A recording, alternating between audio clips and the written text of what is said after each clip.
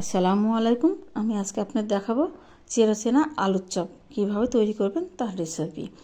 তো প্রথমে আলুর চপগুলো তৈরি করার জন্য আমি আলু প্রথমে খুব সুন্দর করে ধুয়ে পরিষ্কার করে নিয়েছি। বড় বড় আলুগুলো আমি আলুর চপ বানানোর জন্য এবং ছোট ছোট আলু আর ডিমগুলো এগুলো আলাদা রান্না করার জন্য ভুনা করার জন্য আমি নিয়েছি।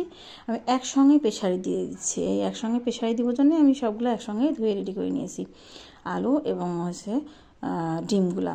তো আমি একসাথে এইভাবে সব সুন্দর করে সাজিয়ে ডিমগুলো নিচে সাজিয়ে দিচ্ছি, দিয়ে আলুগুলো দিয়ে আমি পরিমাণ মতো পানি দিয়ে আমি মনে করেন যে এটা সিদ্ধ দিয়ে দিব। আমি তো প্রেসারে বেশিরভাগ সব কিছু সিদ্ধ দিই। আর আপনাদের এটাতেও দেখানো হয়ে যাচ্ছে যে ডিম প্রেসারে সিদ্ধ দিলেও কী সুন্দর ডিম সিদ্ধ হয়ে যায় এবং সেটা সুন্দর পারফেক্ট হয়ে যায়। একটা সিদ্ধ দিলে আপনার আলু এবং ডিম দুইটা একসঙ্গে সিদ্ধ হয়ে যাবে।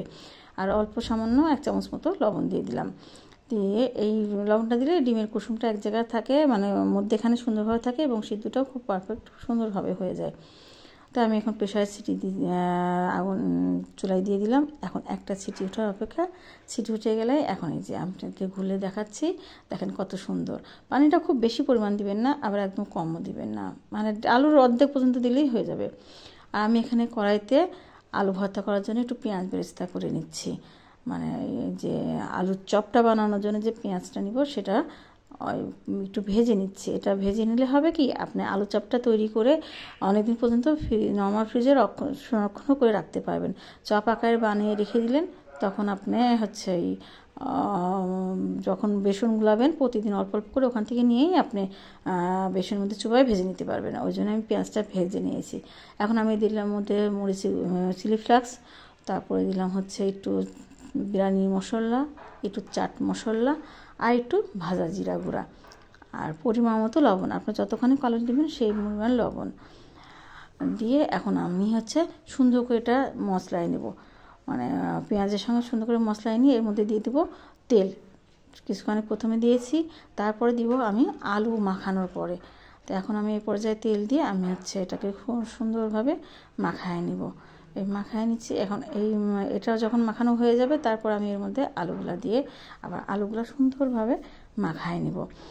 এই আলুগুলা যত সুন্দরভাবে ম্যাশ করে ভর্তা করে নেবেন ততটাই আলুর টেস্ট আলুর চপটা টেস্টি হবে, মজাদার হবে। আর যে পেঁয়াজ বেরেস্তার কারণে কাঁচা ভাবও লাগবে না। আবার মনে করেন যে আপনি আলুটা অনেক দিন পর্যন্ত ফ্রিজে সংরক্ষণ করলেও ভালো থাকবে, তাতেও কোনো অসুবিধা হবে না। তা আপনাদের আমি দেখাই দিচ্ছি। আপনারা এইভাবে অনেকক্ষণ ধরে সুন্দর করে মুছে নেবেন। আর আপনি যখন একেবারে অনেকগুলো করবেন করে ফ্রিজে থাকলে তখন তো আর আপনার ওই এত তাড়াহুড়াও লাগবে না। আর প্রতিদিন আপনি ওখান থেকে বের করে নিয়েও চপ বানাই ফেলতে পারবেন। তাই জন্য আমি আপনাদের দেখাই দিচ্ছি কীভাবে সুন্দর করে।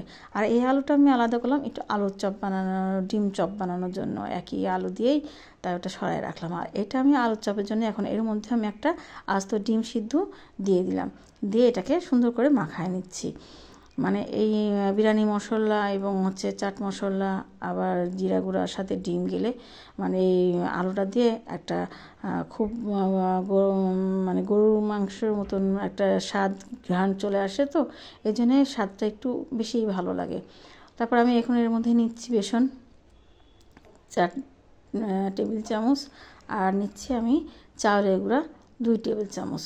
এটা এখন এইভাবে চাউলগুলোটা একটু সেঁকে নিচ্ছি, বেসনটাও সেঁকে নিলে হবে। আর তারপরে আমি দিলাম এর মধ্যে 1 টেবিল চামচ কর্নফ্লাওয়ার।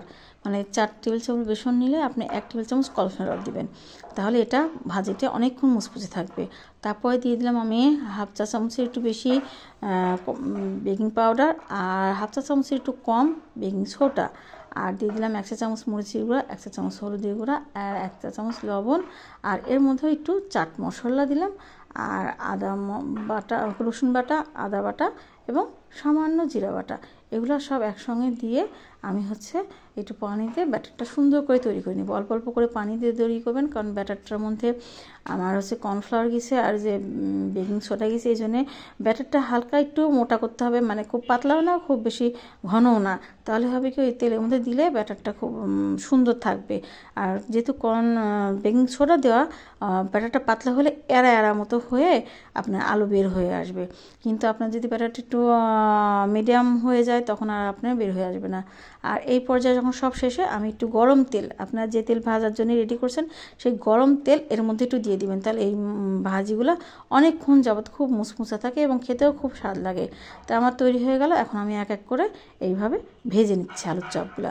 আপনারা আমি তেল আগিয়ে দিয়ে দিয়েছিলাম, আপনাদের দেখানো হয়নি, তো যাই হোক এইভাবে তেল গরম হওয়ার পরে এক এক করে দিয়ে দিবেন আলুর চপগুলো, দিয়ে এইভাবে উল্টায় পাল্টায় সুন্দর করে ব্রাউন কালার পর্যন্ত হলে ভেজে নেবেন। এই যে আমার এক এক করে রেডি হয়ে গেল প্রত্যেকটা আলু ভাজা। তো আমি আপনাদের এখন দেখাচ্ছি ঠিক এরকম করে আপনারা সুন্দর করে ভেজে পরিবেশন করবেন। তো এই হয়ে গেল আমার আলুর চপ রেসিপি। তো সবাই ভালো থাকবেন। আসসালামু আলাইকুম।